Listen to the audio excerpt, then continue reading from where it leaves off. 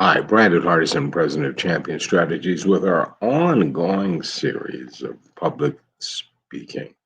We're just going to pick up the last video that I was talking to you was from a teacher, a public educator, saying that she was overwhelmed because she never thought that besides the front of the room with the students, that there's other areas in the building where she's still going to be forced to public speak. And she was just talking about, is there some things that we can do to help with that? So let's pick up from yesterday's point.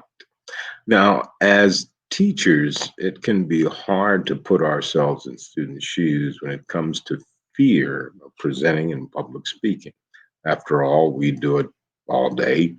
While fear of public speaking is one of the most common phobias, it's easy for us to underestimate the anxiety that many of our students feel when they're asked to present and speak in front of their peers.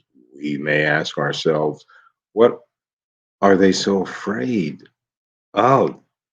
Well, when I asked the same question to students in one of the local high schools that I was visiting a dealership at, I stopped by there and talked to some of the AP students, and I asked them pretty much the same question. And here were some of the answers. The majority said that they were afraid of making an embarrassing mistake. Okay, not unusual. Others of forgotten what to say from that one point to being in front of the stage. Some of them feared nobody would care about what they were saying, and others felt that they were uncomfortable with being the center of attention. Of course, all of these fears are likely amplified by the fact that these students are not speaking in their non native language and might not have the skills required to ad lib or gracefully correct a mistake. Over the years, I've seen my share of sweaty brows, shaky hands, and unsteady voices. I've also seen every single one of the aforementioned fears come true on multiple occasions. Sometimes a mispronunciation results in a unintended bad subject. When we say something wrong, like a name or a place or a city or something we're trying to do, yeah, the students get a laugh at it, teachers string a little bit, but the person up on the stage feels like, oh, I just messed up and I only had another 10 seconds to go. So, why do we subject our babies to such torture?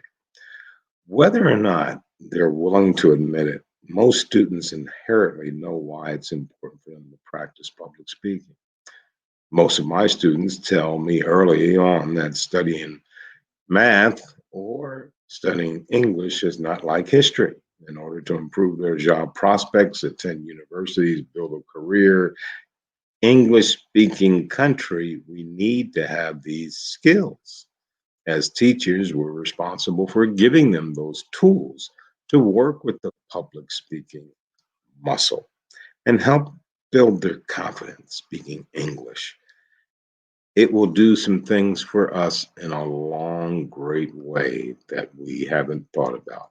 One, uh, if we can give them sufficient time to practice as students, they will carry the ball.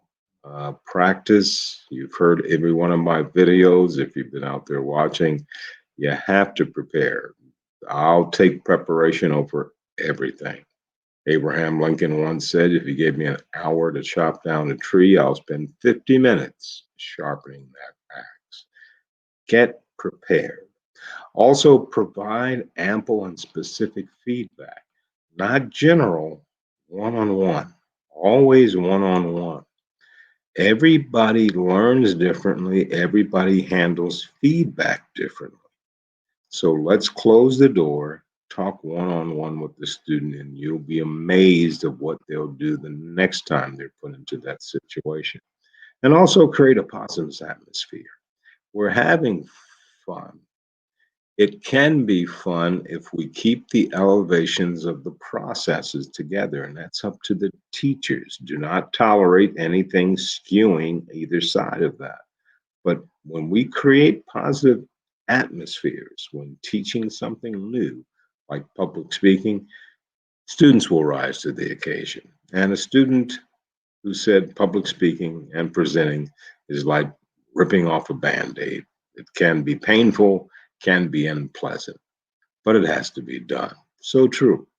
But keeping both things in mind, when students see presenters as an actual opportunity to showcase their hard work and talent, then we know that we've hit the nerve when we're on the right path. Once again, Brandon Hardison, President Champion Strategies, and our public speaking workshop series continues. So hopefully you got something out of it, and we'll see you on the next go around. As always, in parting, you go out and make it a champion.